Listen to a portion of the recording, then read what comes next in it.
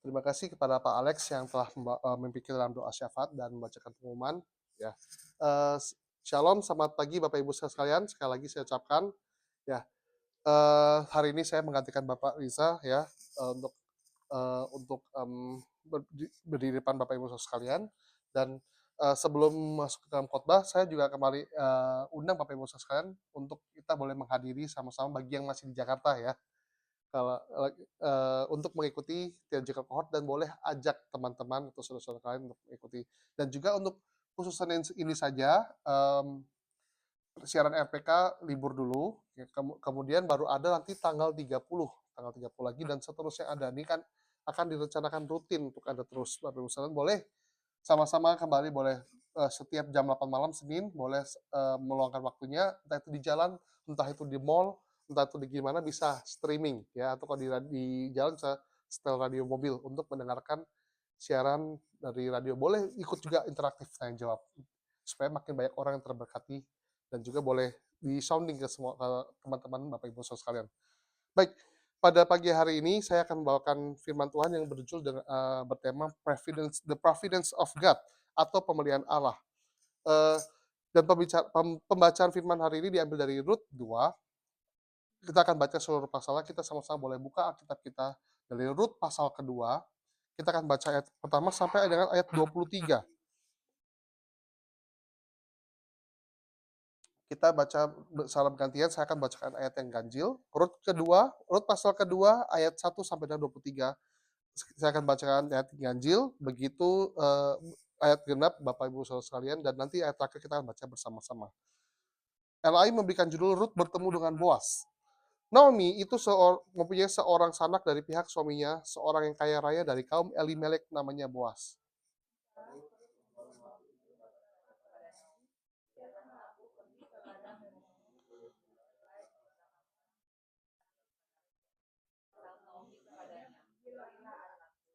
Pergilah ia, lalu sampai di ladang dan memungut jelai di belakang penyabit. Kebetulan ia berada di tanah milik Boas yang berasal dari kaum Elimelek.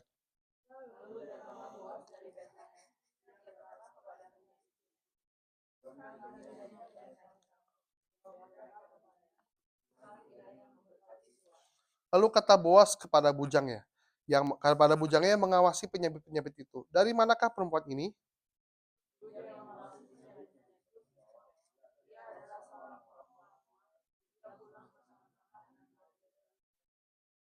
Tadi ia berkata, "Izinkanlah kiranya aku memungut dan mengumpulkan jelai dari antara berkas-berkas jelai ini di belakang penyabit-penyabit." Begitulah ia datang dan terus sibuk dari pagi sampai sekarang, dan seketika pun ia tidak berhenti.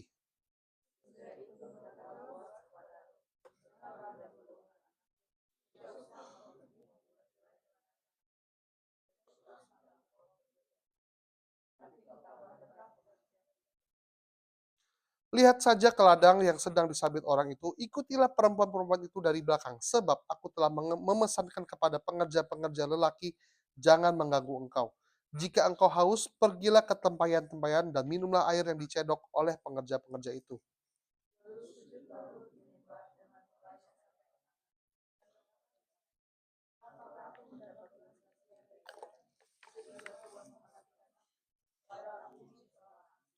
Boas menjawab, telah dikabarkan orang kepadaku dengan lengkap segala sesuatu yang engkau lakukan kepada mertuamu sesudah suamimu mati.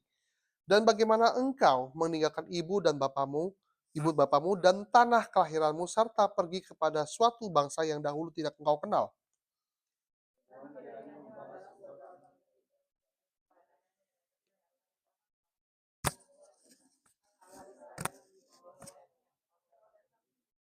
Kemudian berkatalah Rut, memang aku mendapat belas kasihan daripadamu ya Tuanku, sebab Tuhan telah menghiburkan aku dan telah menenangkan hati hambamu ini, walaupun aku tidak sama seperti salah seorang hamba-hambamu perempuan.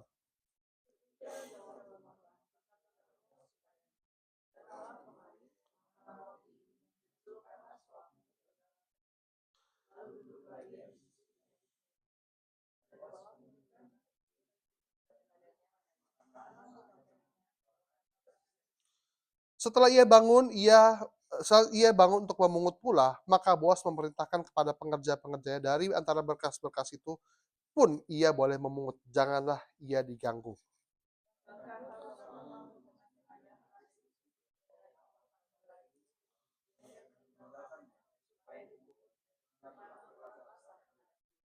Maka ia memungut di ladang sampai petang. Lalu ia mengirik dan dipungutnya itu dan ada kira-kira seeva jelai banyaknya.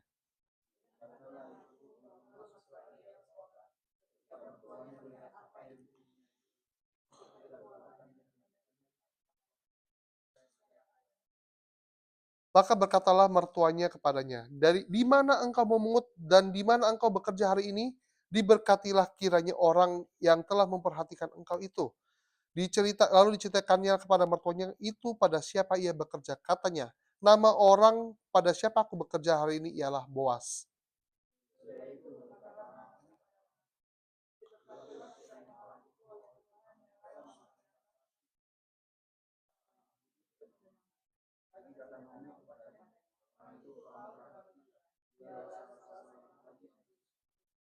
Lalu kata Rut kepada perempuan Moab itu, lagi pula ia berkata kepadaku, tetaplah dekat pengerja-pengerjaku sampai mereka menyelesaikan seluruh penyabitan ladangku.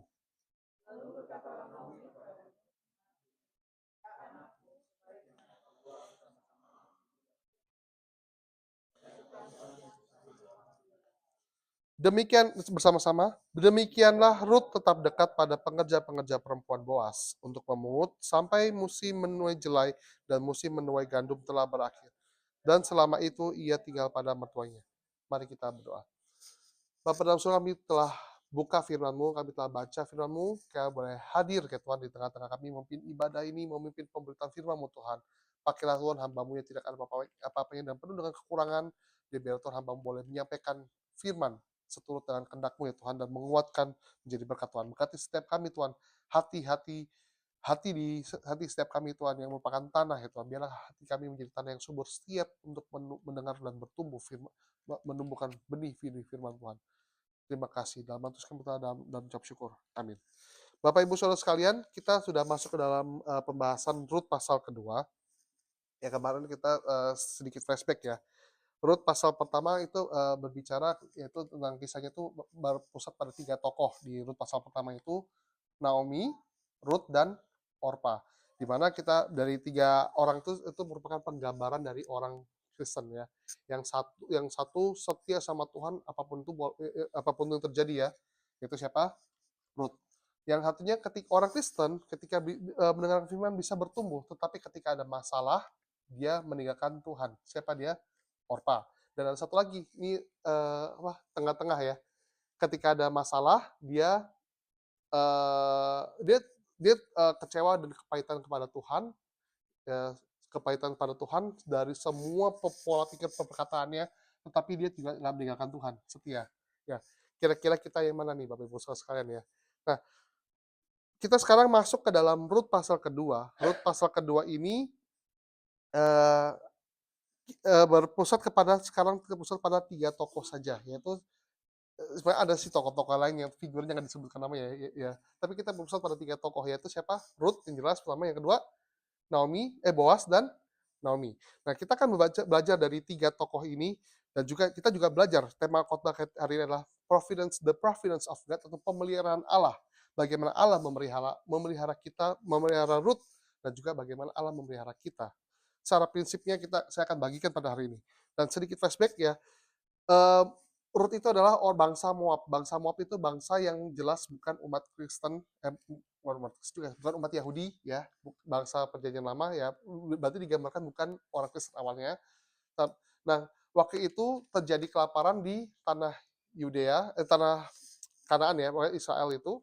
Nah, Naomi, Elimelek itu berfokus pada Bethlehem. Ya, di mana Bethlehem terjadi kelaparan. Ini ironis, Bethlehem yang artinya rumah roti, ya, dinamakan rumah roti karena memang banyak rotinya, tetapi karena terjadi kelaparan mereka sampai akhirnya mereka merantau ke tanah Moab. Ya. Dan padahal juga sangat mungkin karena waktu itu zaman kitab Rut ini terjadi pada saat zaman hakim-hakim. Ya, di mana zaman hakim-hakim kemungkinan besar waktu itu kelaparan itu terjadi karena Itu hukuman Allah kepada bangsa Israel karena atas ketidaktaatan bangsa Israel. Seharusnya ketika terjadi ini kita harus berintrospeksi ya, bukan kabur gitu ya, Bapak Ibu sekalian. Atau bisa jadi mungkin ya saya taat kok, Rut dan Elimelek merasa taat ya, tapi harus menanggung dosa bangsa saya, akhirnya saya kabur aja deh, biar teman-teman saya yang lainnya mengalami kelaparan. Apapun itu, semuanya tidak ada yang kebetulan.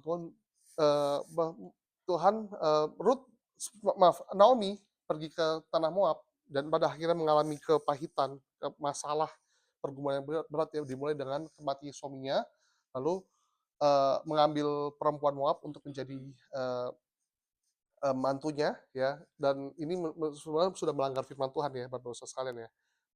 Sebenarnya intinya bukan di situ ya, bukan di situ kenapa kita nggak boleh ngambil bangsa lain, pada satu bangsa Israel. Itu tapi kenapa? Karena takutnya ketika menikah dengan bangsa lain, bangsa Israel akan ikut kepercayaan umatnya, pasangannya. Ya, dan itu terbukti ketika Salomo yang mengambil banyak istri dari berbagai bangsa, Salomo jatuh dalam dosa penyembahan berhala dan itu sangat Tuhan marah sampai hukum Salomo juga. Ya. Jadi bukan di situ. Tapi kalau misalnya Ezra ketika bangsa Israel dalam pembuangan, Ezra mengatakan, boleh kamu mengambil bangsa lain asal dia ikut Allahmu. Ya, ikut Allahmu nggak apa-apa ya. Jadi bukan rasis sama sekali Bapak Ibu sekalian ya. Oke, dan kita lihat bahwa kita perut ini ya walaupun kisah yang biasa saja, biasa, benar-benar biasa, nggak ada kayak hal yang spektakuler ya, benar-benar kayak kisah genre drama ya. Bapak Ibu-ibu mungkin senang cerita ini ya. Ya, Ibu-ibu kalau kemarin saya sempat singgung kalau Bapak-bapak kita suka nonton apa? Film apa? Action. Kalau Ibu-ibu drama ya. Drama. Ya karena ini hal yang sangat lumrah ya. Tuhan dan bersyukur Tuhan ciptakan hal itu. Kenapa? Karena ibu-ibu tuh kan kenapa suka hal drama? Karena berpusat pada relasi. Wanita pada relasi, kalau laki-laki pada tujuan ya. Ketika ada sesuatu yang menghalangi tujuannya, tabrak aja gitu ya. Dan itu nggak apa-apa dan Tuhan juga boleh memakai kitab Rut ini. Kenapa? Karena pada akhirnya Rut dipakai oleh Tuhan untuk apa? Nanti keturunannya adalah siapa? Raja Daud, raja terbesar Israel dan juga Daud itu nanti punya keturunan.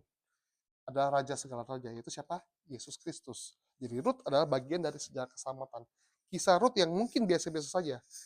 Ya ini mungkin Tuhan dan Tuhan pakai nanti untuk sejarah keselamatan. Mungkin Bapak Ibu Saudara kita memiliki dalam hidup kita biasa-biasa saja ya, biasa-biasa saja.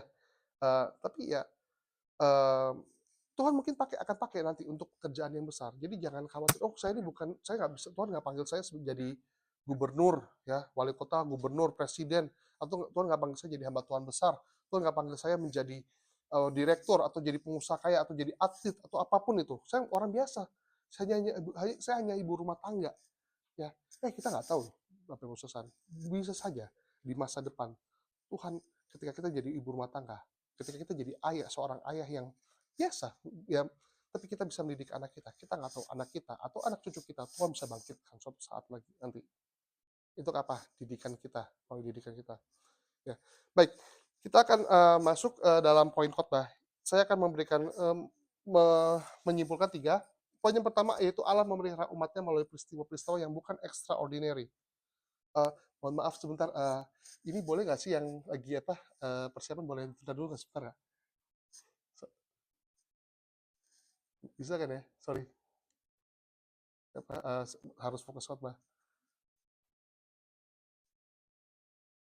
Ya, sorry ya.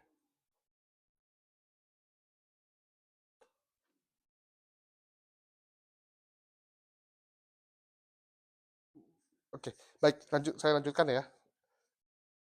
Poin yang pertama adalah pemberian Allah, yaitu Allah memelihara umatnya itu melalui peristiwa-peristiwa yang bukan extraordinary, peristiwa yang biasa. Ya, peristiwa yang biasa ya. Bagaimana kita bisa melihat itu? Kita melihat dari pasal kedua, ya. Kita melihat dari pasal kedua ketika itu Ruth pergi meminta izin kepada Naomi untuk apa? Memungut bulir jelai, ya. Dan pasal kedua ini juga unik ya, dibuka dengan suara dari pengantar dari narator bahwa yang menunjukkan bahwa Naomi mempunyai sanak saudara dari suaminya yang kaya raya itu Boas, ya. Dan dilanjutkan bagaimana ketika Ruth berinisiatif untuk memungut bulir jelai. Nah, Ruth meminta izin pada Naomi untuk apa? Memungut bulir jelai di ladang orang lain, ya. Nah, memungut bulir jelai itu kalau itu diperbolehkan, jadi memungut loh ya, bukan apa nyabit ya, memungut bulir jelai berarti kalau memungut berarti sudah di mana? sudah di bawah ya, sudah di bawah. Dan itu diperbolehkan bangsa Israel, jadi orang orang di tanah Israel dulu, ketika misalnya ke ladang orang ada bekas-bekas yang jatuh, itu boleh dipungut. Ya, kalau di kita boro-boro ya, boro-boro ya Bapak Ibu saudara sekalian ya, ke ladang orang lain, kita apa, eee, kita ambil yang di atas ya nggak boleh lah ya. Yang jatuh pun nggak boleh ya, apalagi kalau kebun duren, Bapak Ibu saudara sekalian ya, itu beda cerita. Kalau kebun duren yang dipungut tuh bukan yang di atas, tapi yang di mana? Di bawah, itu nggak bisa Bapak Ibu sekalian ya. Terus saya ingat banget waktu saya pelayanan di Ambon, di Ambon, itu lagi pas panen duren gitu ya. Itu bilang, itu mereka tuh nungguin dari pagi sampai sampai malam, jadi seharian, bener-bener mereka seharian. Waktu saya di Jambi juga gitu. Kalau punya kebun duren itu gantian jaganya. Kenapa? Begitu udah ngebunyi, jebluk gitu ya. Nah, berarti itu apa? Duren jatuh berarti harus segera diambil. Kalau enggak, orang lain yang ambil ya. Nah, itu nggak bisa. Tapi kalau pada dalam konteks bangsa Israel, itu boleh diperbolehkan untuk mengambil, ya, jelai, ya. Kalau kita boleh baca dalam Imamat 19, ya, kita boleh bersama-sama baca coba Imamat 19 ayat 19 sampai dengan 20. Maaf, ya, sorry, Imamat 19 ayat 9 dan 10. Kita boleh buka bersama-sama. Imamat 19 ayat 9 dan 10, kita boleh baca bersama-sama. Imamat 19 ayat 9 sampai 10. Pada waktu kamu menuai hasil tanahmu, janganlah kau sabit ladangmu habis-habis sampai ke tepinya, dan janganlah kau pungut apa yang ketinggalan dari penuaianmu. Juga sisa-sisa buah anggurmu janganlah kau petik untuk kedua kalinya, dan buah yang berjatuhan di kebun anggurmu janganlah kau pungut. Tetapi semuanya itu harus kau tinggalkan bagi orang miskin dan bagi orang asing. Akulah Tuhan Allahmu. Ya. Coba kita baca lagi di dalam Ulangan pasal 24 ayat 19.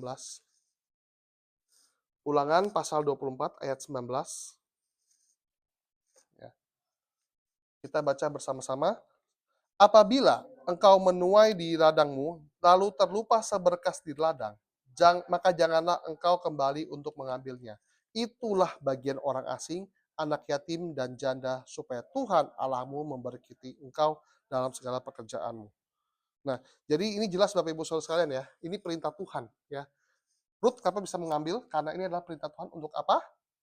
Tidak, untuk pemilik ladang tidak boleh mengambil yang sudah jatuh. Kenapa demikian? Inilah cara Tuhan untuk memelihara bangsa Israel pada saat itu.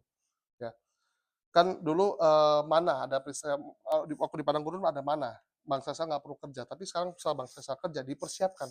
Ini juga sekaligus pendidik bagi para pemilik ladang, bagi bangsa Israel untuk peduli kepada orang orang lain. Bahkan nggak cuma pada bangsa-bangsa yang jadi pada orang asing yang tinggal di tanah mereka. Ya, kenapa? Karena mereka juga Tuhan selalu berkali-kali ingatkan pada bangsa Israel, ingatlah kamu juga dulu orang asing di tanah orang. Ya, jadi untuk peduli. Dan ini secara nggak langsung ini panggilan pada kita semua Bapak Ibu Saudara orang Kristen untuk apa? Ingat kepada orang lain dari apa? Penghasilan kita. Ya, kita sisihkan untuk mereka. Ya. Dan kita lihat bagaimana Rut ya, dia memegang ya firman Tuhan ini. Dia tahu ya, bukan Naomi, seharusnya Naomi yang bilang, "Rut, ayo kita cari cari apa? Cari bulir jela yuk." Ya, tapi apa? Siapa yang inisiatif dulu? Rut. Berarti siapa yang lebih tahu firman? Tanda kutip. Rut. Ya, padahal seharusnya yang lebih tahu firman, yang lebih lama dengan firman siapa? Naomi. Tapi kenapa Rut bisa yang tahu duluan? Inilah hebatnya Rut ya. Padahal Rut faktanya dia petobat baru tanda kutip ya, lebih baru daripada Naomi ya. Makanya Bapak Ibu Saudara sekalian, jangan remehkan orang yang baru bertobat ya. Siapa tahu justru imannya lebih kuat daripada kita. Siapa tahu justru kedewasaan rohaninya lebih ya Pak, lebih hebat daripada lebih bagus daripada kita yang kita masih bergumul ya. Dan ini anugerah Tuhan Bapak Ibu Saudara sekalian ya. Dan dikatakan dan akhirnya Rut pergi singkat cerita dan pemeliharaan Tuhan di sini juga sampaikan bahwa pemeliharaan Tuhan yang sering kita nggak sadari yaitu melalui hal-hal yang sangat biasa terjadi dalam hidup kita. Ya, bukan mana yang turun, tetapi apa ya, memungut bulir jelai. Itu kan hal yang biasa ya Bapak Ibu sekalian ya. Hal yang biasa. Kita juga biasa kalau kalau ini kan sama aja seperti bekerja ya. Ya, kita sering sadar nggak sih bahwa pemeliharaan Tuhan tuh datang tuh melalui hal-hal yang biasa, yang mungkin kita mengharapkan hal yang spektakuler, tapi nggak juga. Tuhan bisa memilih, bisa memakai hal-hal yang biasa. Dalam hal ini apa? Firman Tuhan yang akhirnya menjadi tradisi, jadi kebudayaan, atau mungkin ya hukum alam ini, ya yang Tuhan pakai untuk memelihara kita. Sadar nggak Bapak Ibu Saudara sekalian, kita bisa ditopang sama Tuhan saat ini, itu bukan melalui peristiwa yang extraordinary banget, ya, yang menurut kita extraordinary, ya. Tapi kita nggak sadar itu, sebenarnya extraordinary. Misalnya, coba Bapak Ibu Saudara sekalian perhatikan, kita bisa misalnya orang sakit, Bapak Ibu Saudara sekalian di rumah sakit, ya. Pasti kalau kita kalau orang sakit pasti mengharapkan apa?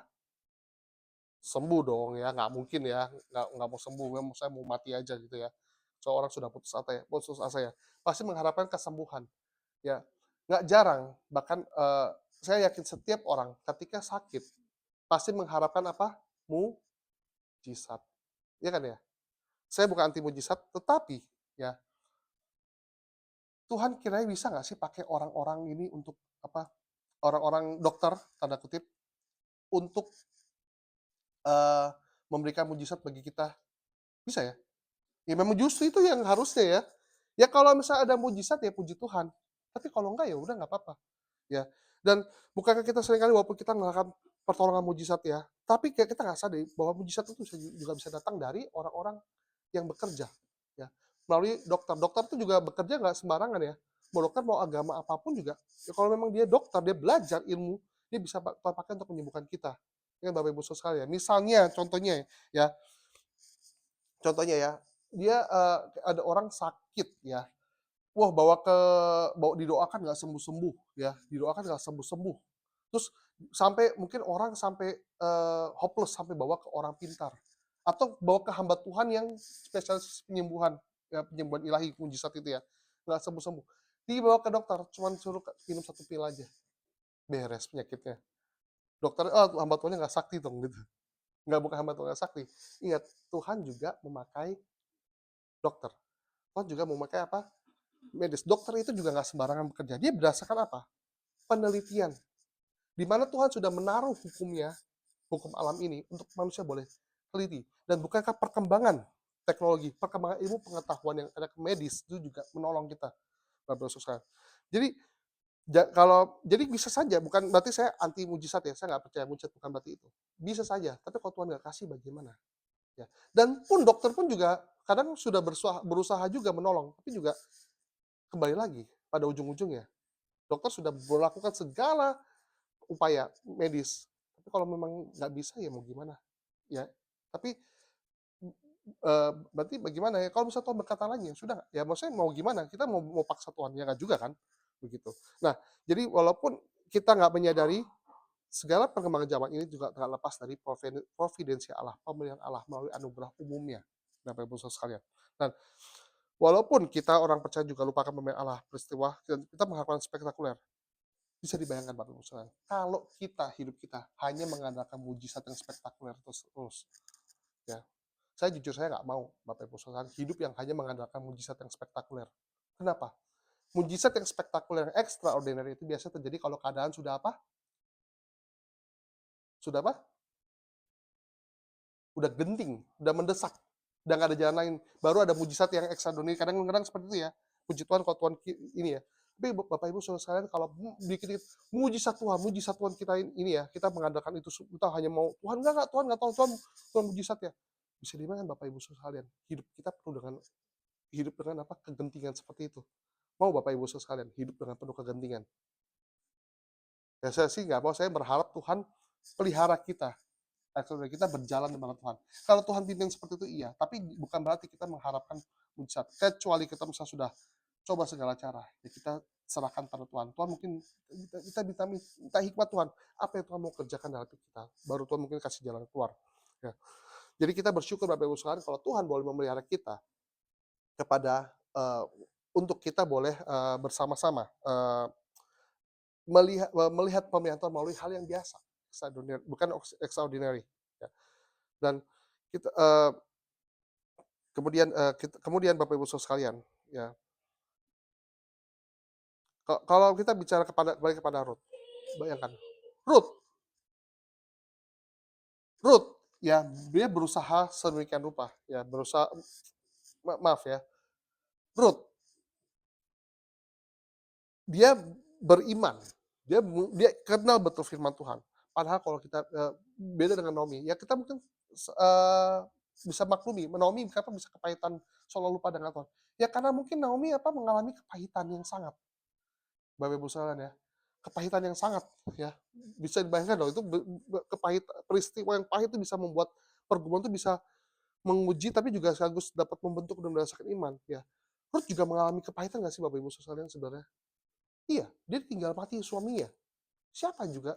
Ya, dan dia nggak kemungkinan bisa nggak ada penebus buat dia. Ya. Nah, tapi kita bisa lihat bahwa melalui pergumulan ini justru Ruth menunjukkan imannya yang bergantung kepada Allah, memegang janji Tuhan dan iman yang kuat hanya bergantung kepada Allah. Nah, kiranya Bapak Ibu sekalian kita boleh bergantung sepenuhnya kepada Allah, Bapak Ibu sekalian. Kemudian poin kedua, Allah memelihara umat yang melalui orang-orang yang digerakkan oleh kasihnya. Bapak Ibu sekalian, kita bisa kita bisa melihat bahwa eh, melalui kalau tadi di poin pertama Allah memelihara kita melalui peristiwa yang biasa yaitu melalui melalui hukum alam, melalui firman, melalui tradisi ya. Nah, di poin kedua ini kita bisa melihat bagaimana Allah memelihara umatnya melalui melalui orang yang Tuhan gerakkan. Kita bisa di bagian pasal kedua kita bisa lihat bagaimana ketika Rut bertemu ke ladang Boas dan secara Alkitab mencatat secara kebetulan ada Boas yang datang di situ dan bertanya, "Ini siapa?" gitu kan. Dan akhirnya mereka terjadi perbincangan dan di sini kita bisa lihat bagaimana Boas memberikan belas kasihan kepada Rut. Dan kita bisa melihat bagaimana eh, Allah boleh memelihara Rut melalui belas kasihan orang dari belas kasihan si Boas ya. Nah, kalau lihat ini kebetulan sebenarnya di mata Tuhan tidak ada yang kebetulan di Bapak Ibu sekalian ya. Semua sudah diatur oleh Tuhan ya. Bagaimana Tuhan mengatur Boas bisa bertemu dengan Rut yang mengalami dan Naomi yang kesusahan sehingga boleh dan bahkan Boas menunjukkan belas kasihan dengan cara apa? Dengan cara bahwa Rut diperbolehkan apa memungut dan nggak cuma itu dekat pengerja perempuan dan jangan dekat-dekat dengan pekerja laki dan dipesankan pekerja laki-laki supaya jangan diganggu ya jangan diganggu dan bahkan nggak cuma itu pada saat makan kalau kamu haus kamu tinggal ambil minum dan bahkan makan siang diajak makan bersama-sama dan bahkan kita mencatat Boas memberikan bertiga gandum itu adalah gandum yang dipanggang ya. Bapak Ibu sekalian ya. Nah, kita bisa melihat bagaimana kebaikan Boas itu memelihara Rut dan kita bisa melihat juga bagaimana kenapa kenapa sih Tuhan kenapa terus mengatakan pada Tuhan ya dan Boas itu memang Alkitab mencatat ini jelas ya. Kalau maka ada yang bilang, wah jangan-jangan Boas tuh sudah tertarik dengan Rut gitu ya, karena kok dia kok hanya Ruth aja yang dikasih perhatian. Kemungkinan besar kan kalau yang memungut, orang-orang lain juga banyak yang memungut ya, ya. Tapi kenapa jangan-jangan memang Boas sudah mengincar Ruth? Tidak, Bapak Ibu saudara. Kenapa? Saya percaya Boas pemikirannya masih murni, dia tulus hati. Kenapa? Karena Boas memanggil Ruth siapa? Anakku. Ya, bukan saudaraku, bukan saudariku ya. Anakku. Berarti Boas menganggap Ruth anaknya, anak ya. Berarti nggak ada tuh pemikiran untuk, wah nanti ini saya jadikan istri. Enggak, sama sekali ya. Tapi justru apa yang membuat Boas terkesan dengan Ruth? Ya, bahwa telah aku dengar dari orang-orang bahwa engkau imanmu, ya, engkau yang kau lakukan kepada mertuamu dan juga kepada suamimu, ya, dan engkau tinggalkan bangsamu untuk ikut. Itu benar-benar berkesan bagi Boas, Bapak Ibu Saudara sekalian. Dan eh, Boas sampai mengucapkan kalimat apa?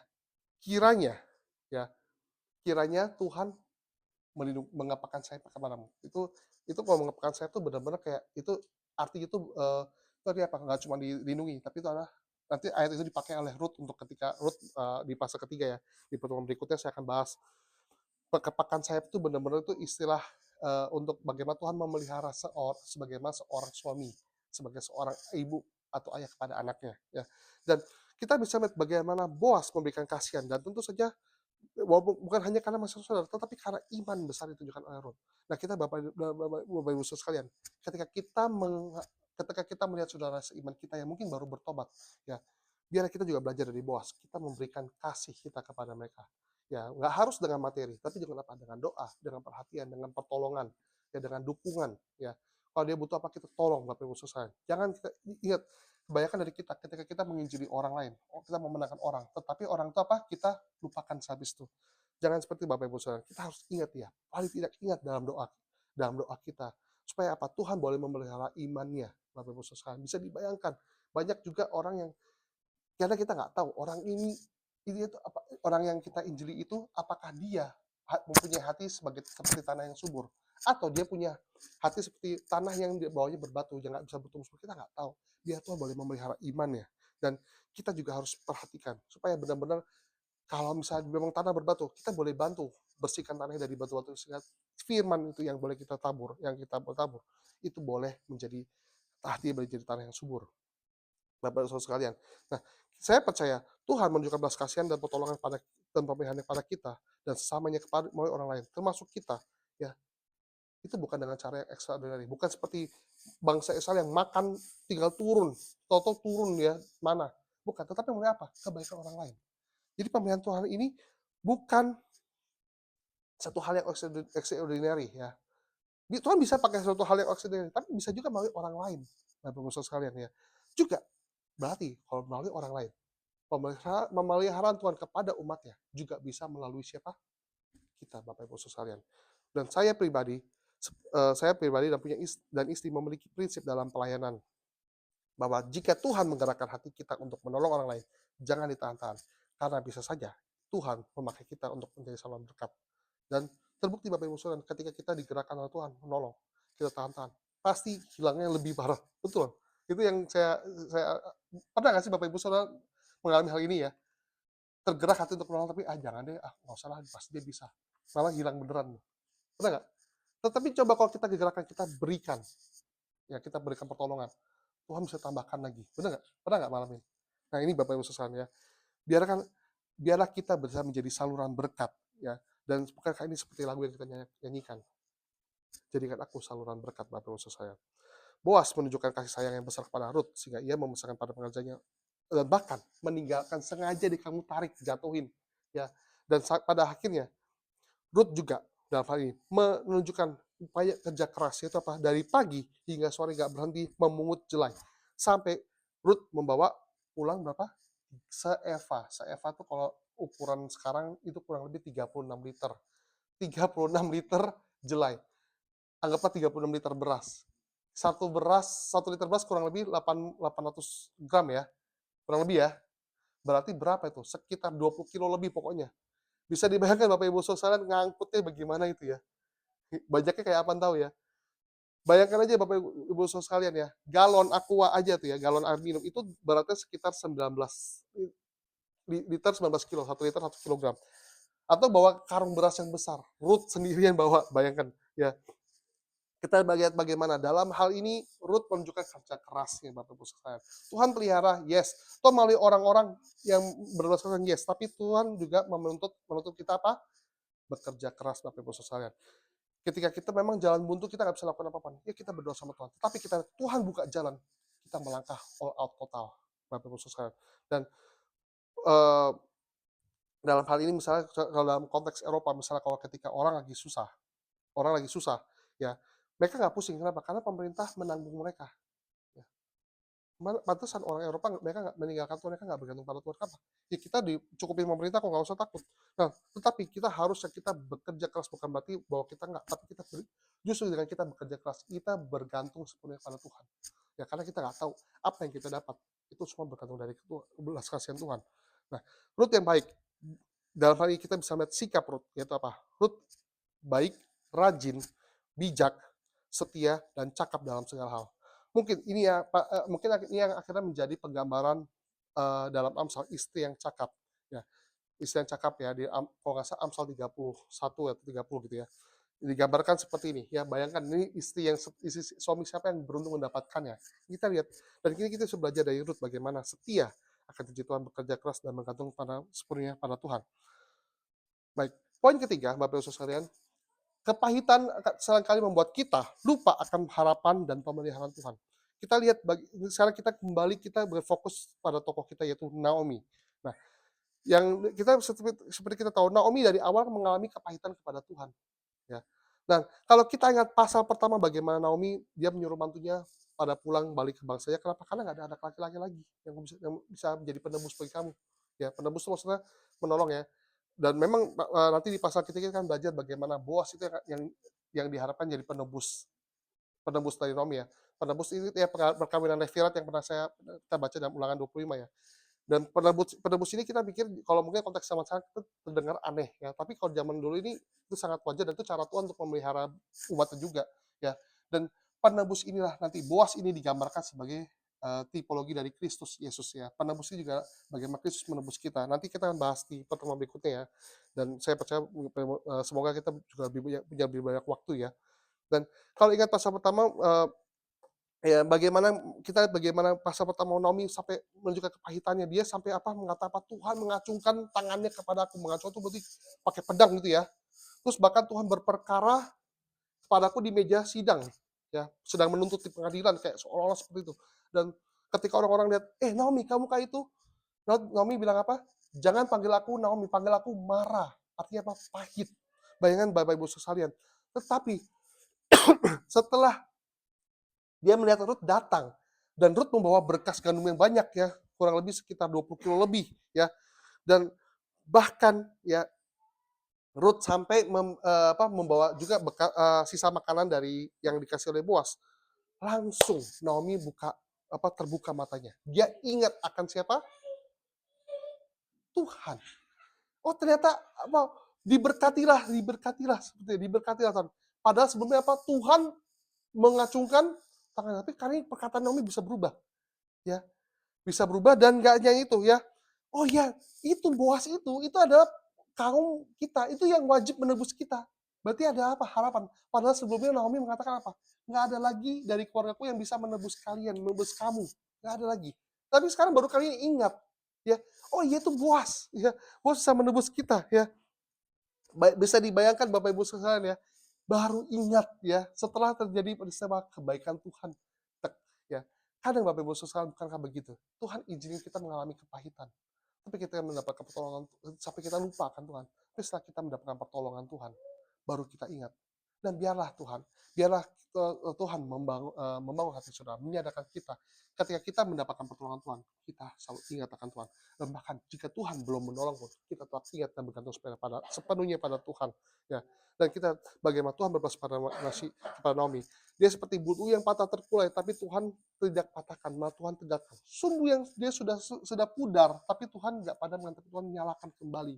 Ya, biarlah kalau Tuhan boleh berbaik hati kepada Naomi, biarlah Tuhan juga berbaik hati kepada kita. Saudara sekalian, beberapa tahun lalu saya teringat dengan suatu berita ketika ada suatu rohaniawan terkenal, ya, saya sangat terberkati yang namanya Joshua Harris, ya. Dia dulu menulis buku I Kiss Dating Goodbye, ya. Itu buku yang sangat memberkati saya di masa pertumbuhan saya, masa muda saya, ya. Saya benar-benar suka sekali dengan Joshua Harris. Tapi saya kaget sekitar beberapa tahun yang lalu, tiba-tiba dia memposting satu tulisan di Twitternya, waktu itu masih Twitter namanya. I and siapa istrinya ya, no longer married again, bercerai dengan istrinya. Kaget saya, bayangkan dia menulis buku yang tentang relasi, tapi dia bercerai dengan istrinya dan dia pendeta besar, bayangkan Bapak Ibu sekalian. Oke, sudah cukup. Nah, sebulan berikutnya dia menulis lagi, I'm no longer a believers. Dia mengatakan apa? Saya bukan lagi orang Kristen. Ya kita nggak tahu. Ya mungkin kepahitan yang dia alami membuat dia sampai tawar hati. Ya. Ketika ditanya, John Piper ditanya, gimana tuh tentang Joshua Harris? John Piper cuma bilang, kalau Tuhan melepaskan tangannya dari John Piper, 1 jam lagi, nyampe 1 jam lagi, John Piper akan murtad. Bapak Ibu sekalian, kalau Naomi bisa bertahan, dan mungkin kalau kita bisa bertahan, Bapak Ibu sekalian, dari segala masalah, itu semua karena anugerah Tuhan. Jadi apapun itu Bapak Ibu sekalian, seberat apapun pergumulan Bapak Ibu sekalian, tetap bertahan pada Tuhan. Dan jika kita jika bisa bertahan, itu juga anugerah Tuhan, Bapak Ibu sekalian. Bayangkan kalau Tuhan melepaskan tangannya dari kita, mana kita akan kuat? Biar Tuhan kasih setia Tuhan terus mengikuti kita. Ya. Dan sekarang Bapak Ibu sekalian, kalau kita tarik lebih dalam lagi, bukankah kalau kita bicara soal mujizat penyertaan Tuhan, mujizat yang kita harapkan untuk menyertai kita, yang ternyata adalah hal-hal yang biasa. Bukankah mujizat yang paling besar di dalam sejarah manusia adalah ketika Kristus turun ke dalam dunia? naik ke atas kayu salib, bangkit, sehingga menyelamatkan kita, menyelamatkan saudara dan saya. Dan bukankah ketika Roh Kudus menyadarkan kita, membuka hati kita, membawa Kristus kepada kita, bukankah itu juga mujizat yang besar, Bapak Ibu sekalian? Siapakah kita sampai Tuhan mulai memilih kita, Bapak Ibu sekalian? Siapakah kita supaya Tuhan sampai ingat kepada kita? Dan ingatlah saudara, bagaimana Kristus telah memberikan segala-galanya bagi kita, agar kita bisa selamat. Ingatlah kasih Kristus juga besar. Sekaligus ingatlah juga orang lain di sekitar kita, Bapak Ibu sekalian. Bagikanlah kasih Kristus pada orang lain. Perhatikan dan doakan mereka, tolong mereka. Siapa tahu justru mereka dapat melihat Kristus melalui kita. Dan kita nggak tahu, siapa tahu orang yang kita tolong itu Tuhan bahkan bangkitkan suatu saat kemudian. Misalnya kayak kita lihat juga, tetaplah berpegang pada Kristus, saudara-saudara. Pandanglah salibnya yang merupakan tanda kemenangan.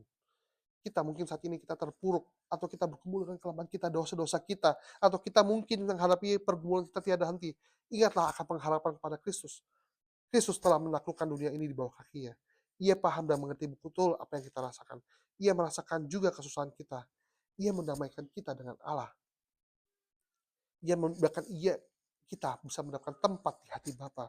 Masa Allah lupa kepada kita, Bapak Ibu sekalian, akan pergumulan hidup kita.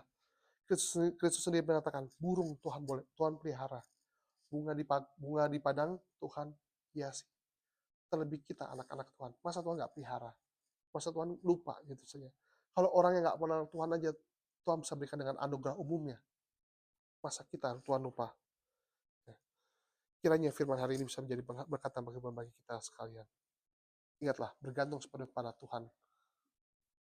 Dan jangan lupakan Tuhan. Dan kalau Tuhan boleh tolong kita, itu semua anugerah Tuhan. Mari kita berdoa. Bapa dalam surga, kami bersyukur kami boleh bersama-sama belajar Tuhan, bagaimana Engkau pemeliharaanmu Tuhan melalui hal-hal yang biasa. Namun seringkali kami lupa ya Tuhan.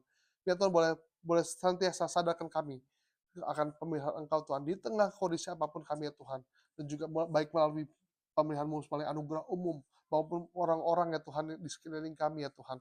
Juga boleh pakai Tuhan bagi kami ya Tuhan, untuk kami boleh bersama-sama menolong orang lain ya Tuhan di sekeliling kami. Dan ingatlah itu akan kasih-Mu ya Tuhan, dan kasih-Mu boleh kami bagikan pada orang lain.